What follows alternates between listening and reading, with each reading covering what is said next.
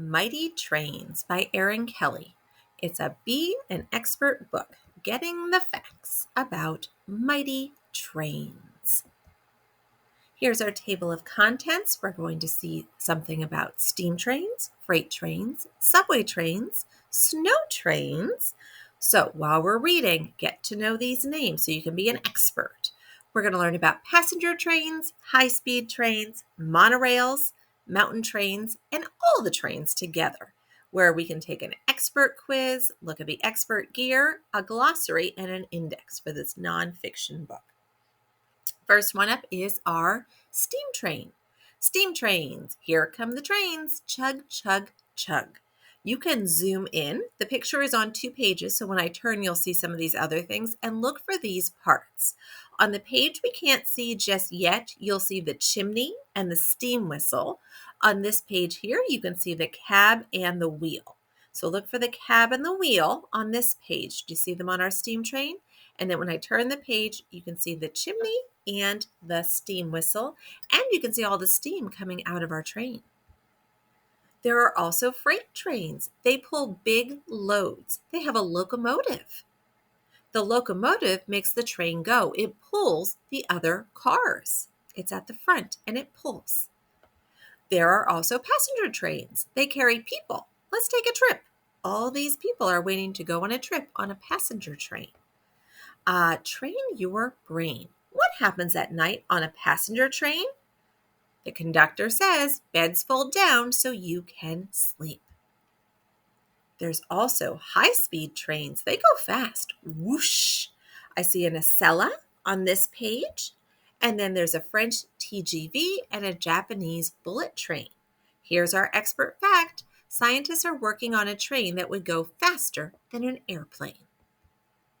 Subway trains, they go underground. So on this picture, and again, it's going to be on 2 pages, you can try to zoom in to find these parts of the big picture.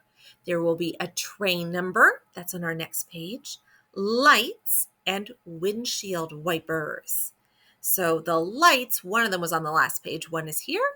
I can see the number and look for the windshield wipers for our subway train that goes underground. There are also monorails. They ride on one rail. Mono means one, so they're riding on one rail. And they're used at airports, and you can also find them at Disney World. So you might have been on a monorail at some point. There are also hanging monorails. So monorails up on top of the one or hanging below the rail. Mountain trains, they go up, up, up. Train your brain. Question: how does a mountain train climb steep hills? Here's the conductor's answer. The train has wheels with teeth. They hold onto the track. Look at them. You can see them in the picture, the teeth that hold onto the track. There's also snow trains. They move snow. The tracks are clear now. A snow train can move a pile of snow that's as tall as a giraffe. All the trains. That was a good trip. Thanks, trains. You can see if you can name these. What trains do we see on here? I see a steam train. I see a monorail. I see a subway, and I see the snow train. I also see the passenger train. I see the locomotive. I see the one that does all those hills, and I see the really fast one. Did you know the names of these trains? Then you're an expert. See if someone else can name them too. So you can always pause here, go back and forth, see if somebody in your family can name all the trains. The names are there on page 21. They're really, really small, but if you flip your screen, you might be able to read them.